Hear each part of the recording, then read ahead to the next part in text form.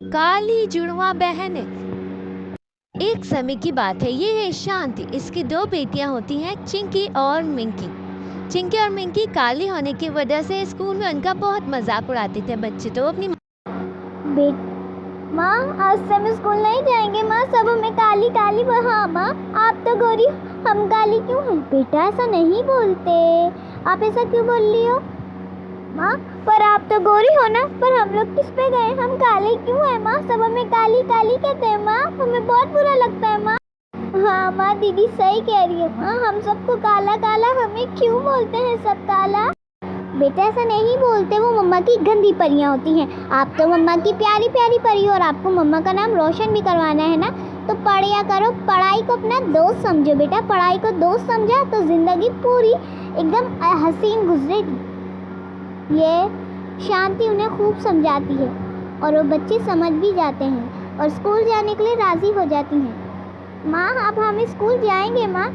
वो दोनों स्कूल के लिए रवाना हो जाती हैं।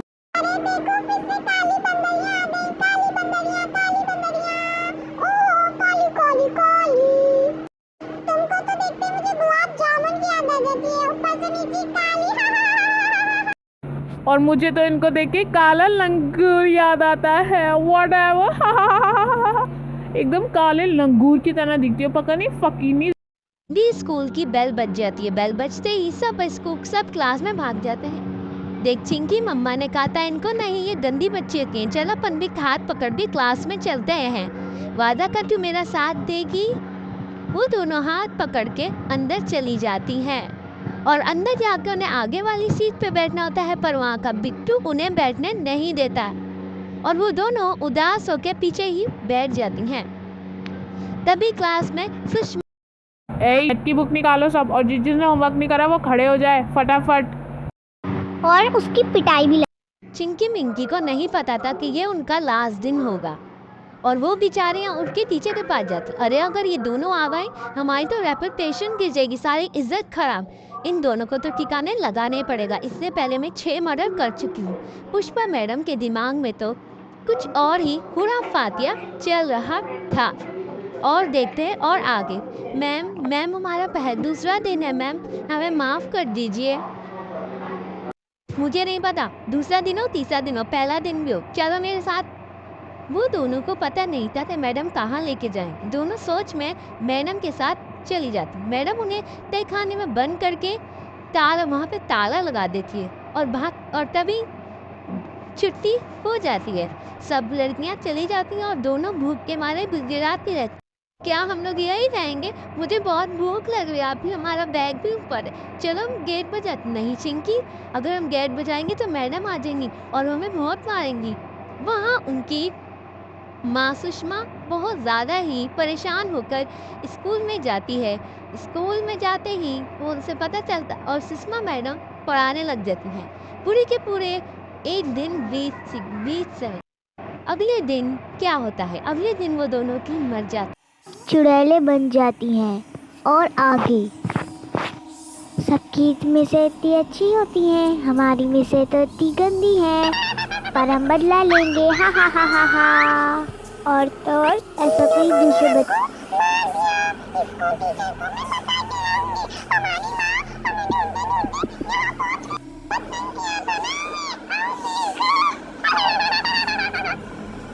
वो दोनों अब नहीं चाहती थी कि उनकी जैसा सलूक किसी और के साथ भी हो। वो दोनों बाहर आती हैं और बाहर आने के बाद वो अपनी क्लास में जाती हैं और वो क्या देखती हैं, वहाँ पे वो नामकबूल टीचर एक बच्चा वॉशरूम में जाता है, वो उसे पकड़ लेती हैं। वो बच्चे का नाम राहुल होता है। राहुल वॉशरूम के अंदर जाता है और डर जाता है और डर के मारे उसकी ससुर निकल जाती है। दोनों चुड़ैलें गेट बंद कर देती हैं। राहुल वहीं बेहोश हो जाता है। राहुल की आँख खुली तो पुष्पा मैडम होती हैं और वो कहता है, पुष्पा मैडम मैंने यहाँ पे चुड़ैल देखी थी, प्लीज प्लीज यहाँ पे मैं वापस नहीं। अरे राहुल, तुम एक पागल हो चुके हो, सारे बच्चों की तरह क्या तुम भी पागल हो चुके हो, मुझ पे प्रैंक मत करो ज़्यादा। तो वो बेचारा डर जाता है।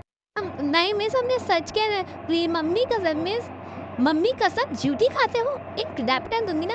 चलो निकलो इधर से, चलो क्लास में चलो, सबकी खबर लेती हूँ अभी एक एक करके, तुम सबके टुकड़े टुकड़े कर दूंगी, टुकड़े टुकड़े। ये देखते ही दोनों चुड़ैलों को बहुत ज़्यादा गुस्सा आ जाए। अब टीचर उसे भगा देती हैं। वो दोनों प्लान बनाती हैं कि कुछ ना कुछ टीचर के साथ करना होगा। अगले दिन क्लास में टीचर बच्चों को पढ़ा रही होती है। बच्चों क्या कर रहे हो, इधर आके खड़े हो जाओ, सब कुछ टीके पड़ेंगी। मैं मत मारो ना, मैं तुम्हें तुम्हारी बात सुनूंगी। मैं तुम्हारी बात सुनने नहीं आई हूँ उधर, समझ आई तुमको। तभी वो दोनों चुड़ैलें मिस का गला पकड़ लेती हैं। अरे अरे मैंने तुम्हारे क्या बिगाड़ा, मैंने तुम्हें क्या बिगाड़ा, कौन है, कौन है, मेरा कदम घुट रहा है। मैं हमें याद करो टीचर, हम वही काली बच्चियाँ जिन्हें तूने स्टोर में बंद करा था। हा हा हा हा हा हा हा हा, तूने हमें मार डाला था ना, अब तेरी बारी है। चल बहन, इसका काम तमाम करते। आवाज आती है किसी की कदमों तले तो वो दोनों गायब हो जाती हैं। सुषमा मैडम अचानक से डर जाती हैं कि ये तभी आ जाती है उनकी माँ, और उनकी माँ आते ही ये बोलती है, प्लीज मैम साहब, हमें नौकरी की बहुत ज़रूरत है, हमें नौकरी दे दीजिए। और हमारी बेटियां पढ़ती थी इधर। नहीं नहीं, कोई नहीं पढ़ता था इधर, या जाया से या जाओ, काम पता नहीं कहाँ का। प्लीज मैम साहब बता दीजिए, अच्छा मुझे काम ही दे दीजिए यहाँ पे। प्लीज मैम साहब, मुझे बहुत ज़रूरी है काम की, और मेरी बेटियां पता नहीं। सुषमा मैडम को ये अच्छा मौका मिल जाता है। दूसरी दोनों बहनें खड़ी होकर बस तमाशा देख रही होती है। वो दोनों अपनी माँ के सामने नहीं जा सकती। पुष्पा मैडम दिल ही दिल में खुश हो रही होती है, तो उसको नौकरी के लिए उनसे दोनों की बात कर ही रही होती है कि तभी प्रिंसिपल मैडम आ पुष्पा मैम, इसको मैंने काम पे रख लिया और आप देख लीजिए अब कहाँ सफाई करवानी है, ठीक है। ठीक है। तो मेम साहब मुझे कहाँ की करनी है मुझे बता दें, मैं कुछ तोड़ती फोड़ती नहीं हूँ। मेम साहब मेरा भरोसा रखें। अरे हाँ हाँ, भरोसा रखना। स्टोर रूम भी साफ करवाना है इससे। स्टोर रूम का नाम सुन दे पुष्पा मैडम के तोते उड़ जाते हैं और दूर खड़ी वो दोनों बहनें बोलती हैं, यार हम दोनों को देखना, ये हमें कैसे देख रही है, अभी इसको मार के आती हूँ। ज़्यादा ही देख रही है, ऐसा लग रहा है ये चुड़ैल है। नहीं बहन, ऐसे नहीं बोलते, बुरी बात होती है। माँ ने क्या बोला था तुझे याद नहीं है क्या, है ना। पर हम तो चुड़ैल हैं दीदी, हम कुछ भी कर सकते हैं। मैंने कहा कुछ भी, तो हम कुछ भी कर सकते हैं। नहीं बहन, मैं तो सच बोल रही हूँ दीदी, आप चुप रहो, हम इसको मार देंगे। वहाँ दूसरी तरफ बेचारी सुषमा को आवाज़ आती है तो वो भागती भागती देखने जाती है, पर वहाँ कोई भी नहीं होता। पता नहीं यहाँ मुझे किसके वजह। चलो स्टोर रूम साफ़ कर लेती हूँ। स्टोर रूम साफ़ करते करते उसको दो लड़कियों की लाश मिलती है। बोलती है ये कौन है। जैसे ही उसको वो लॉकेट दिखते हैं वो समझ जाती है कि ये तो मेरी दोनों बेटियाँ हैं। वो बेचारी के दौरा हो जाता है और वो कहती, उसने मारा मेरी बेटियों को, क्या बिगाड़ा था उन्होंने इनका। मैं नहीं छोड़ूंगी इनको, मेरी बेटियों को मारा ना इन्होंने, देख ला सबका हाल बुरा करूंगी सबको। माँ मत रो, होने को कौन टाल सकता है माँ, हम मर गए, पर तुम कभी भी अपने आंसू से हमें नहीं याद करना मेरी बच्चियाँ। माँ, हमने आज तुम्हें इसलिए नहीं बताया क्योंकि तुम काम करती थी ना बेटा, पर ये बात तुम्हें मुझे बतानी चाहिए थी। वो दोनों उनको मेरी कार पुलिस स्टेशन कर देते हैं।